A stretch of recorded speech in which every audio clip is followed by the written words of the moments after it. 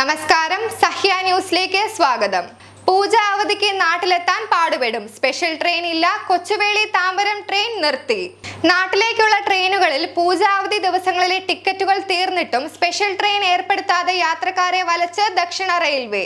ഓണക്കാലത്തെ ടിക്കറ്റുകൾ മാസങ്ങൾക്ക് മുൻപേ തീർന്നിട്ടും ഉത്രാടത്തിന്റെ അന്നും തലേ ദിവസവുമാണ് റെയിൽവേ സ്പെഷ്യൽ ട്രെയിനുകൾ പ്രഖ്യാപിച്ചത്.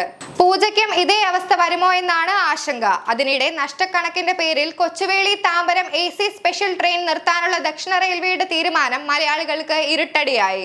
കേരളത്തിലേക്കുള്ള എല്ലാ ട്രെയിനുകളിലും 10 മുതലുള്ള ടിക്കറ്റുകൾ വെയിറ്റിംഗ് ലിസ്റ്റും RACയുമാണ്. വൈകിട്ട് 7:30 തിരുവനന്തപുരം മെയിൽ സ്ലീപ്പറിൽ 10 വെയിറ്റ് ലിസ്റ്റ് 176 ആണ്. 11 വെയിറ്റ് ലിസ്റ്റ് 73. തേർഡ് ACയിൽ യഥാക്രമം 82, 28, സെക്കൻഡ് ACയിൽ 39, 9 എന്നിങ്ങനെയാണ് വെയിറ്റ് ലിസ്റ്റ് നില. വൈകിട്ട് 3:20 തിരുവനന്തപുരം സൂപ്പർ ഫാസ്റ്റിൽ സ്ലീപ്പറിൽ 10 wait list 115, 11 wait list 65. Third ACയിലും സെക്കൻഡ് ACയിലും വെയിറ്റ് ലിസ്റ്റ് തന്നെയാണ്.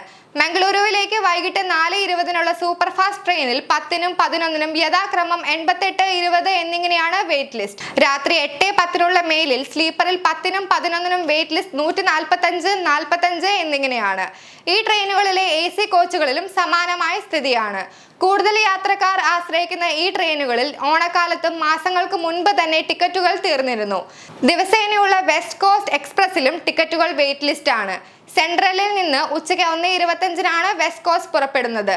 അതേസമയം പൂജ അവധിക്ക് സ്പെഷ്യൽ ട്രെയിൻ പ്രഖ്യാപിക്കണമെന്ന ആവശ്യം ശക്തമായിട്ടുണ്ട്. സ്പെഷ്യൽ ട്രെയിനുകൾ അവസാന നിമിഷം പ്രഖ്യാപിക്കുന്നതിനാലാണ് യാത്രക്കാരെ ലഭിക്കാത്തതെന്ന് മലയാളികൾ പറയുന്നു. Tambaram Kochuveli AC special train അവസാനിപ്പിക്കാനുള്ള തീരുമാനം ടിക്കറ്റ് കിട്ടാതെ കഷ്ടപ്പെടുന്ന യാത്രക്കാരെ കൂടുതൽ ദുരിതത്തിലാക്കി.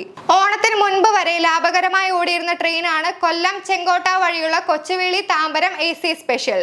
താമ്പരത്തിൽ നിന്ന് വ്യാഴം, ശനി ദിവസങ്ങളിലും തിരികെ വെള്ളി, ഞായർ ദിവസങ്ങളിലുമായിരുന്നു സർവീസ്. തെക്കൻ കേരളത്തിലേക്ക്, പ്രത്യേകിച്ചും തിരുവനന്തപുരം, കൊല്ലം ജില്ലകളിലേക്കുള്ളവർക്ക് നാട്ടിലെത്താൻ സൗകര്യപ്രദമായ സർവീസ് ആയിരുന്നു ഇത്. പാലക്കാട് വഴിയുള്ള ട്രെയിനുകളിൽ നിരക്ക് കൂടുതലായിരുന്നതിനാൽ ബദൽ മാർഗം കൂടിയായിരുന്നു ഈ സർവീസ്.